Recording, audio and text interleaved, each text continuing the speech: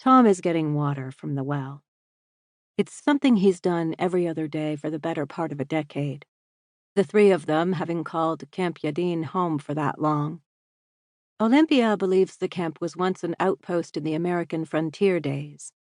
She's read almost every book in the camp library, more than 1,000, including books on the history of Michigan. She says the camp lodge was most likely once a saloon. Cabin 1 was the jail. Tom doesn't know if she's right, though he has no reason not to believe her. It was a Jewish summer camp when the creatures came, that much is for sure. And now it's home. Hand over hand, he says, taking the rope that connects cabin 3 to the stone lip of the well. He says it because, despite the ropes that tie every building to one another, and even link cabin 10 to the H-dock on the lake, he's trying to come up with a better way to move about.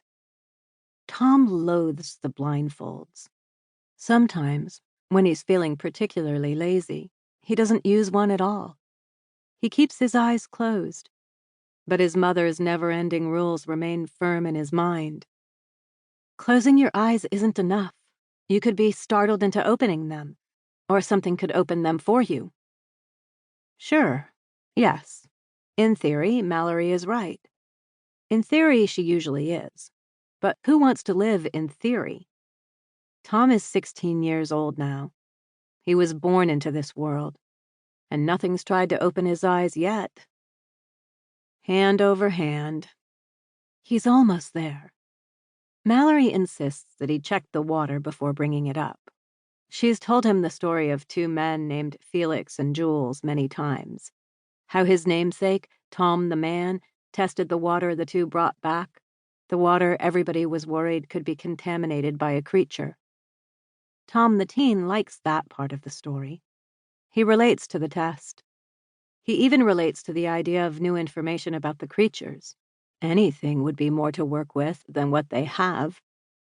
But he's not worried about something swimming in their drinking water. The filter he invented himself has taken care of that.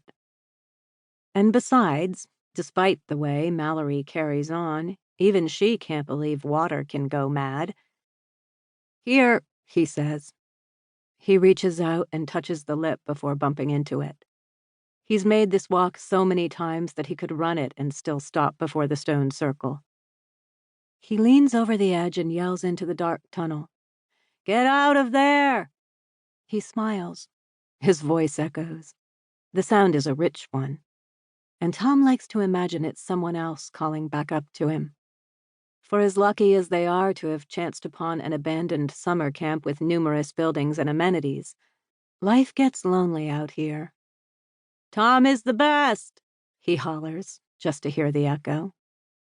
Nothing stirs in the water below, and Tom begins to bring the bucket up. It's a standard crank, made of steel, and he's repaired it more than once. He oils it regularly, too, as the camp giveth in all ways, a supply cellar in the main lodge that brought Malorie to tears 10 years ago. A pipeline that delivers water directly to us, Tom says, cranking. We could put it exactly where the rope is now. It passes through the existing filter. All we'd have to do is turn a dial and presto, clean water comes right to us. No more hand over hand on the rope. We wouldn't have to leave the cabin at all. Not that the walk is difficult, and any excuse to get outside is a good one. But Tom wants things to improve. It's all he thinks about. The bucket up, he removes it from its hooks and carries it back to cabin 3, the largest of the cabins, the one he, Olympia, and Malorie have slept in most of these years. Mom rules won't allow Tom or Olympia to sleep anywhere else, despite their growing needs, a rule that Tom has so far followed. Spend all day in another one if you need to, but we sleep together. Still, a decade in. Tom shakes his head and tries to laugh it off. What else is there to do? Olympia has told him in private about the differences in generations that she's read about in her books. She says it's common for teenagers to feel like their parents are from another planet. Tom definitely agrees with the writers on that front. Malorie acts as if every second of every day could be the moment they all go mad. And Tom and Olympia both have pondered aloud in their own ways the worth of a life in which the only aim is to keep living.